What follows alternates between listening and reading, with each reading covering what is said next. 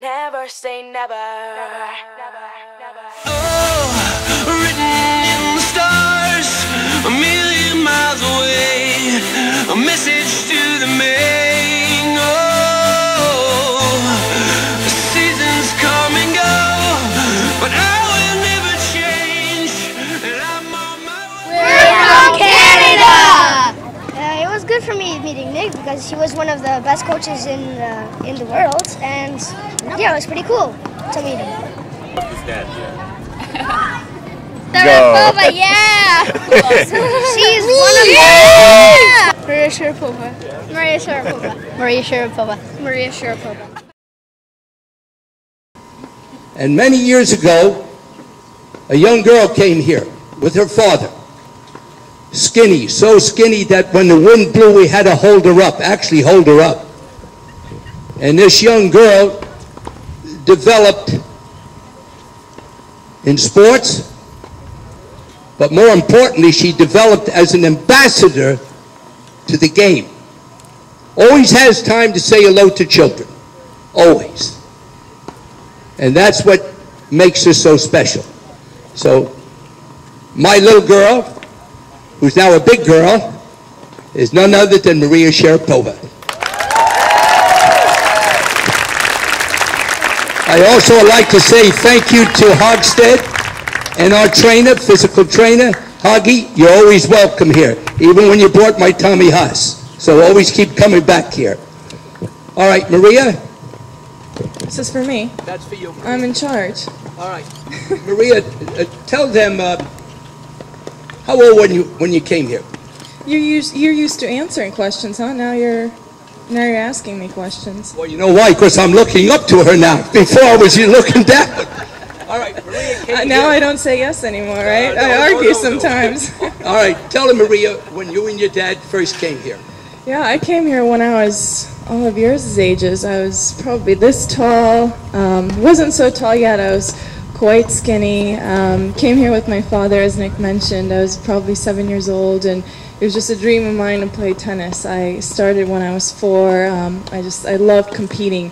I think like all kids, I hated practicing, but I loved competing, and there's something about it that I just wanted to get out on the court, and the fact that it was a one-on-one sport, it made it just so fun for me, no matter who was across the net, taller, smaller, bigger. I just wanted to beat them, and I think that drive just keeps me going until today. I'm going to imitate Maria when she crosses over at the center court. You know, the umpire stands here, and as she crosses the court to get to her chair, her opponent falls on the ground. Now, this is what Maria does. Steps right on top of him and keeps on walking. So, Maria, one of the things that I admire about Maria so much is that it ain't over till it's over. What's in your mind when you're really down in the match? Is it over in your mind? Never. I never use that word, and as frustrating as it sometimes is when you're down and out and you could be losing the set 6-0 and not winning 1 point, and you feel like so many thousands of people are watching you, and it's just one of the worst days in your tennis career, and you know what? You know that until you shake their hand, it's not over, and they're feeling it, and they're also in front of all these people, and they have the pressure, and it's probably one of the biggest matches of their lives, and to be honest, it's in everything, not just in tennis. It's in, you know, finishing that school project. You want to get it done, and you just don't want to just finish it and write these extra words just to fill in the blanks, but you really want to have a meaningful piece, and that's the way I see, you know, my tennis career. All right, I'm going to look around here, and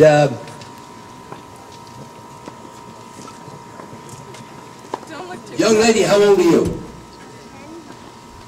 What would you like to ask Maria? What question would you like to ask Maria? First of all, you're not chewing gum, are you? No. Chewing gum 10 miles around the track, everybody. All right, come on. She takes the gum out. Give it to me, I'll chew it for you. Hey, all right, come on. Ask Maria a question. What would you like to ask Maria? What's your favorite training drill? What's your favorite training drill? My favorite training drill? Ooh, there aren't too many. What is my favorite training drill? I don't like to work out in the gym too much, so I like doing like outdoor things. You know, there's so many other things that you can do that are outdoors, whether it's, you know, taking runs that's good for your cardio, and I would say on the court is just playing points and playing matches. I think the best thing about this academy for me when I was a young kid is I was on those back courts, and every afternoon I knew I had an opponent to play against, and I think this is like the age where you learn, I mean, obviously the technique and the stroke is so important, but this is the time, I think, when you really develop the points and learn how you're going to play as a player, and whether you're going to, you know, angle on that ball, whether, you know, how are you going to hit that passing shot, and I think those, I love to play. How many hours do you play a day? I play probably 4 hours a day or so, yeah, in the off season, and then maybe an hour or so of fitness, and then physical therapy, and yeah. Listen to Maria, what she keeps on saying. She doesn't like too much physical activity, but she has her trainer because that's a big part of today's game. The physical part, the mental part, and the techniques. Maria would like to have a question from the parents. Well, I wouldn't, I mean... Well, I mean... if the kids don't want to ask the question, the parents can. But, you know, Maria, people have asked me, what's your biggest obstacle at the IMG academies? The parents. Oh, yeah. It ain't easy, baby. I'm going to tell you that right now. And it ain't easy for a pretty darn good reason. Your child is your most precious commodity, and everybody feels legitimately that their child is the best of the world.